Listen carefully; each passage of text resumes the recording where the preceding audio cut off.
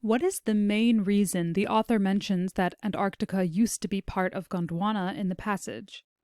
A. To describe which continents used to be parts of Gondwana.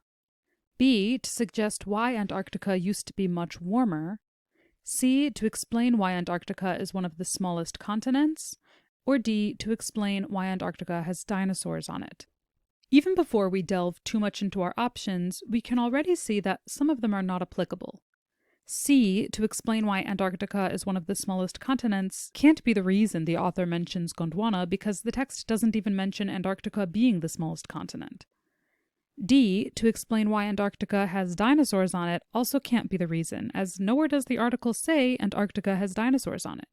The only time it mentions dinosaurs is to say that leafy forests may have existed on the continent even before dinosaurs walked the earth.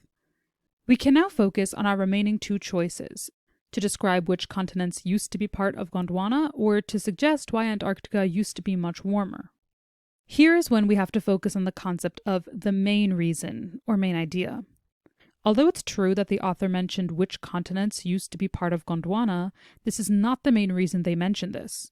If it were, the rest of the passage would also be focused on this idea. However, we see that this isn't true. The rest of the passage focuses on the possibility of leafy forests in Antarctica, which brings us to choice B, to suggest why Antarctica used to be much warmer.